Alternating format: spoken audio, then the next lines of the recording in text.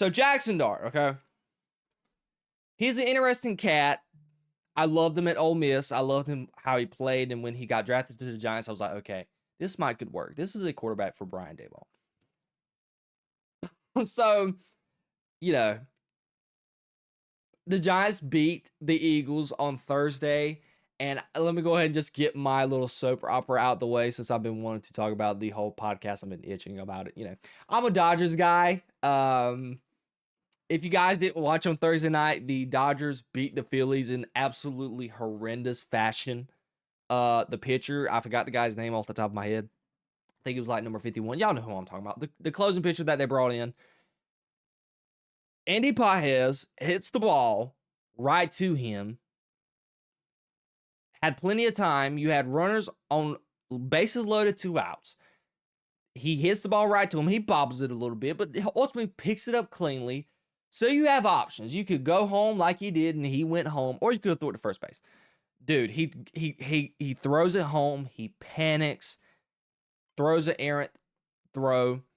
JT Realmuto was not even looking for the ball. He was sitting there. If y'all saw the replay, he was sitting there pointing. He was like, you know, say I'm JT. Obviously, this is my right hand, and right hand is towards first base. He was pointing this way at the pitcher, like, go to first base. And that is not what he did. So what he did basically was he picks the ball up and I don't know. I hate why my microphone's like right here in my mouth. Anyways, we're going to have it right here anyways. But what he did was he picks up the ball, goes home, and didn't even go to first. Andy Pages was absolutely dead at first base, by the way. He was absolutely smoked by third base. He was out by, I don't even think he was halfway to first base by the time he even picked up the ball. But I digress. So the Phillies lose, and they lost the series. The Dodgers move on. And on Thursday Night Football, in the game that we are about to get to right now, Jackson Dart and the boys absolutely embarrass, and I mean embarrass, the Philadelphia Eagles on Thursday Night Football. Now, Jayden, what do you think about it? Have the Giants finally found their quarterback, as your graphic states? Now, let's not get too ahead of ourselves. And let me answer the question. Have the Giants finally found their quarterback? I am going to say yes. Shockingly, yes. And I know your guys are like, what? After what you just said, not to get get so deep into the quarterback thing. Listen to me for a minute. Just listen to me for one hot second, okay? What has the Giants, ever since arguably Odell Beckham left, what is it that they have not had in a long time? Obviously, they haven't been winning. That's number one. I mean, how many times has the Giants won the division since Eli Manning left? One time? Was it 2016 when the Giants? Hold on. This is about to be interesting. Hold on about it. Siri, when is the last time the Giants have won the NFC East? Oh, they have not won the NFC East since the last time Eli Manning was quarterback. The last time they went to the Super Bowl was in 2011. That's actually pretty embarrassing to use Siri right there. But I wanted it to be fast and simple so I can go ahead and finish the topic. I hate just sitting here and not having my... When I sit and talk to you guys, sometimes I sit here, I'm not going to go on a tangent, but I always forget some stuff, and I come up with stuff that I have not written down in my notes, and I don't know the answer to it, and it's a good point and a good talking point, and I have to just look it up so fast. But anyways, I digress. Back to what we were originally talking about. But they have not won since 2011, the NFC East. And in that time frame, they haven't had great players. You had Odell Beckham Jr. that I can think off the top of my head who was an absolute game changer. But outside of him, who had the Giants had? And even Saquon Barkley, but he was a running back. The quarterback position, and Jackson Dart is a example of this. You gotta have the quarterback to bring sizzle to the franchise and to the team. Why is it that it's fun to watch the Chiefs week in and week out? It is because they have Patrick Mahomes. What about the Chargers? They got Justin Herbert. And y'all probably give me crap for wanting to watch the Jaguars because I want to go back and watch some of that game yesterday. But why is it that I want to watch the Jaguars? Because they got Trevor Lawrence, and I'm a Trevor Lawrence fan. I didn't enjoy watching Daniel Jones play football. Why do you think I haven't really watched, even though the Colts are interesting? Don't get me wrong. Colts fans, if you're watching, I like your team. So love the defense. But why is it part of the reason why I have not wanted to cover the Colts? I just don't enjoy watching Daniel Jones play football. And obviously I'm going to watch the Cowboys because I'm a Cowboys fan. I watch the Eagles because I enjoy watching Jalen Hurts to a certain degree because he's a pretty interesting player to watch, even though he has moments and stints, which we're about to talk about Jalen in a minute. He has moments and stints where he just wants to not, whatever. What about the Commanders? Jayden Daniels. So far with the Patriots. Why do I want to watch the Patriots? I want to watch some Drake May. So the reason why the Giants have not been fun to watch is because they have no sizzle. And more like a long story, long answer. Long story, long answer, because that story that whole tangent I went on was not short by any means. So to get to the answer, have the Giants finally found their quarterback? Yes. And the reason that they finally have some sizzle to them. The Giants are actually watchable. And they have something you want to watch and cheer for. Did you guys literally see the Giants crowd in the little moment where Jackson Dart got concussed and he had to go to the tent, and then Russell Wilson comes back on the field? Did you see the boos that were happening and going on during that time frame? That was absolutely egregious to watch. And that is an indictment on Russell Wilson and how the Giants fan has been clamoring for something nice to cheer about. That was an indictment against Russ. To when Jackson Dart went out and they're in the investigation right now to possibly they violated the concussion protocol. I'm over here sluttering my words because it's so exciting to talk about. I love Jackson Dart, but and I enjoyed Thursday night too because it was fun. The Eagles lost. I mean, come on, that's enough to be happy about. Even though my Cowboys lost, and then whatever. But anyways, the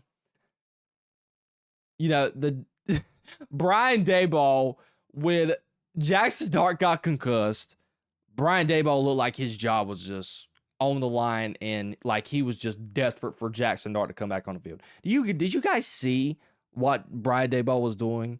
He was in the medical tent, like he was kind of like, "Are you okay? Is anything wrong?" It's like it was Brian Daboll, like Jackson Dart is Brian Daboll's girlfriend. Literally. Like, that man, Jackson Dart's Brian Daboll's entire career is on the hands of Jackson Dart. And if that man was not healthy, Brian Daboll pretty much knows his NFL coaching career might be cooked as a head coach. Now, he's definitely going to get an offensive coordinator job. But, that's that.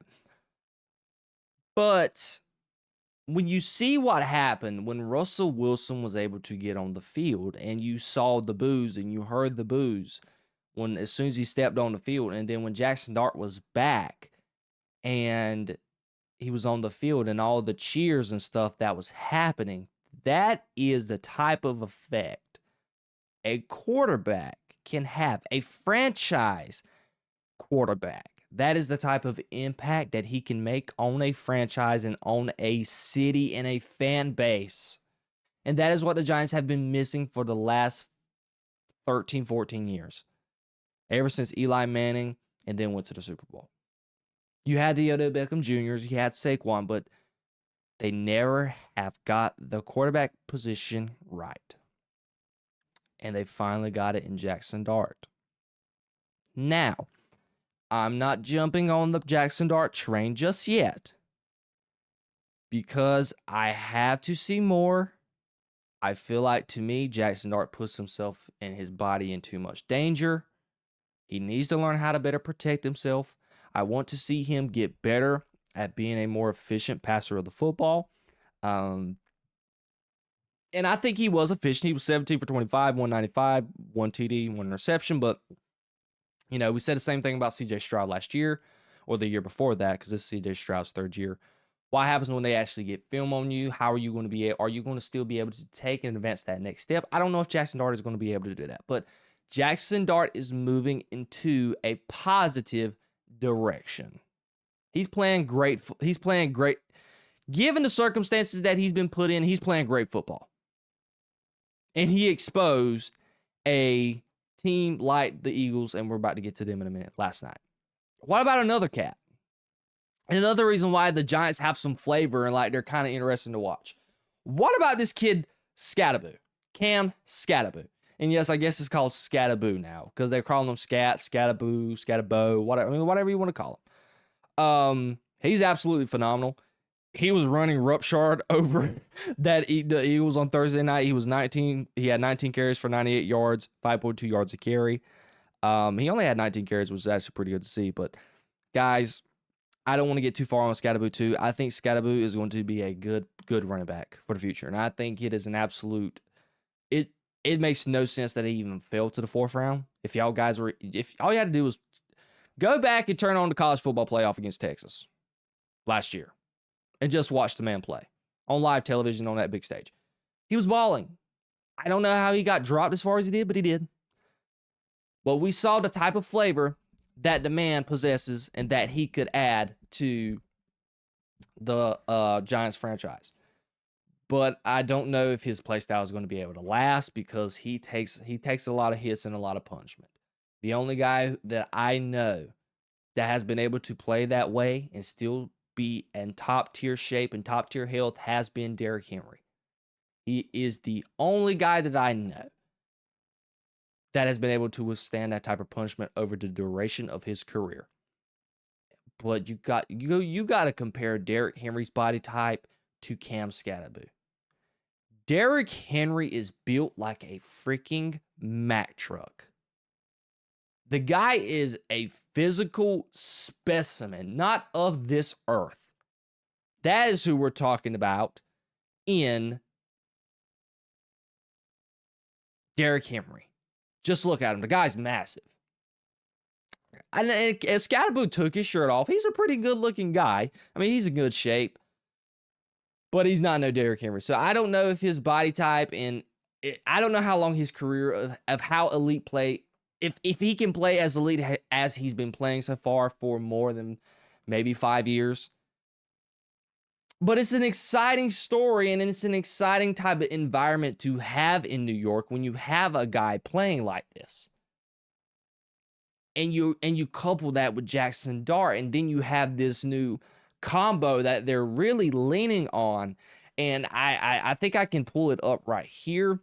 I didn't save the picture, but let me get it for you guys. Hold on. I'm gonna get it.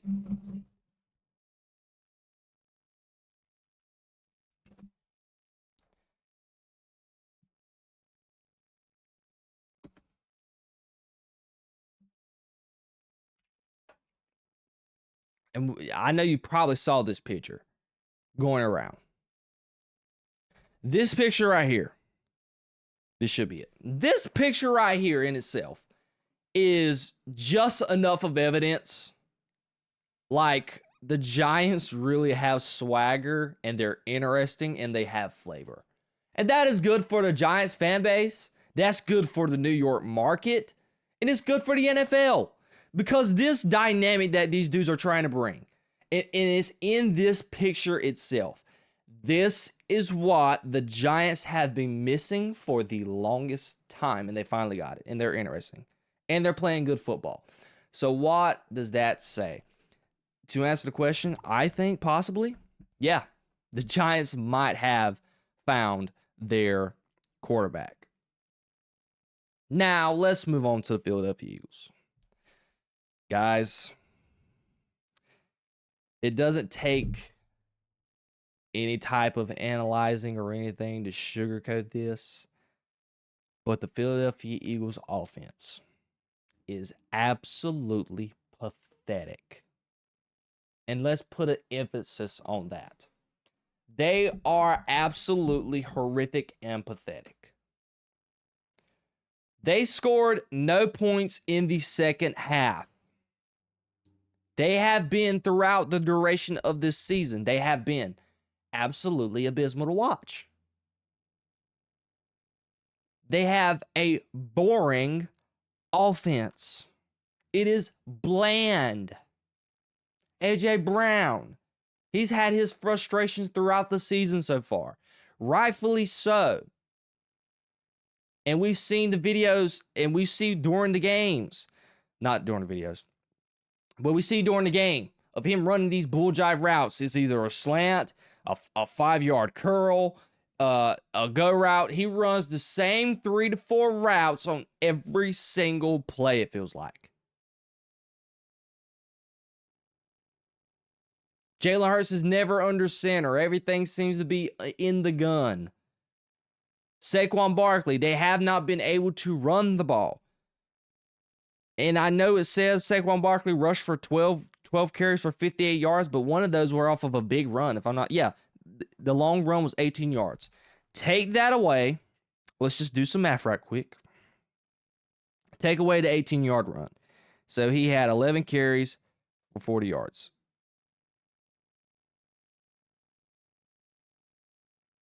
He rushed for 3.6 yards a carry. Wasn't able to run the football.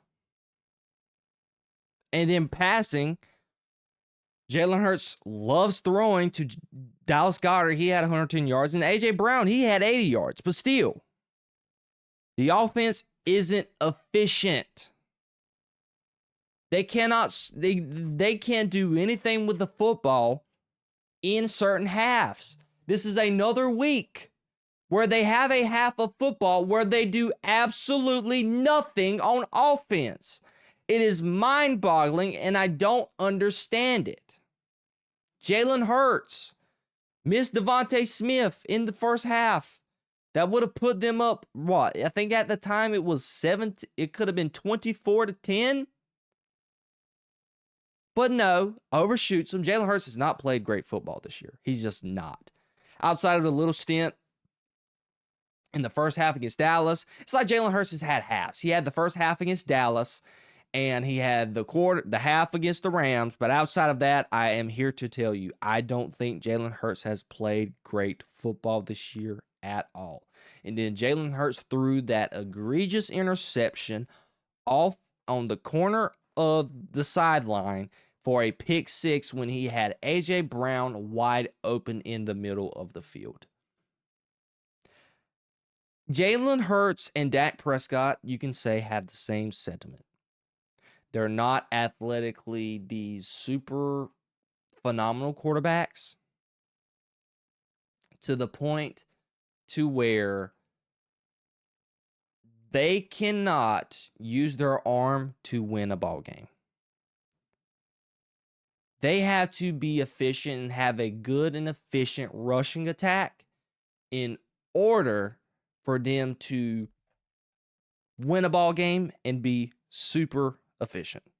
It's how the Eagles. That has been the Eagles' sentiment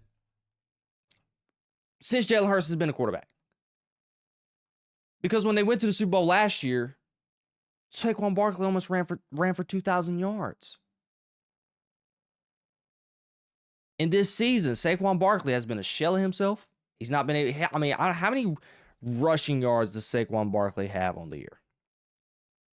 Let's just look at this right fast. So Saquon Barkley, through 6 games, only has 325 yards rushing. That ranks 20th in the league. And he's tied for the 5th most carries. And he's averaging only 3.4 yards a carry. That's not a recipe for success for the Philadelphia Eagles. That is not something that the Philadelphia Eagles are even remotely accustomed to with Saquon Barkley so far as their running back. So Kevin Patullo, the Eagles offensive line coach, they got to get it together because this formula that they have with Jalen Hurts dropping back to throw the ball as many times as that he has had and wanting Jalen Hurts to win the game with his arm is not a recipe for success for them to win and get to another Super Bowl. And If, and I mean if, the Eagles continue to play this way for the rest of the season, they can kiss their Super Bowl chances goodbye. I don't even think if they continue to play this way, they're going to get to an NFC Championship game. They can throw that out of the window right now because they're just not that good enough. They're not even good defensively enough. Granted, they didn't have Jalen Carter yesterday. Not yesterday. They didn't have Jalen Carter Thursday night, and they didn't. And Quinyon Mitchell went out, I think, halfway through in the game with a hamstring issue. But even with them two, I think the defense is mediocre and mid to the point to where I don't think this Eagles team is good enough to overcome its mediocrity.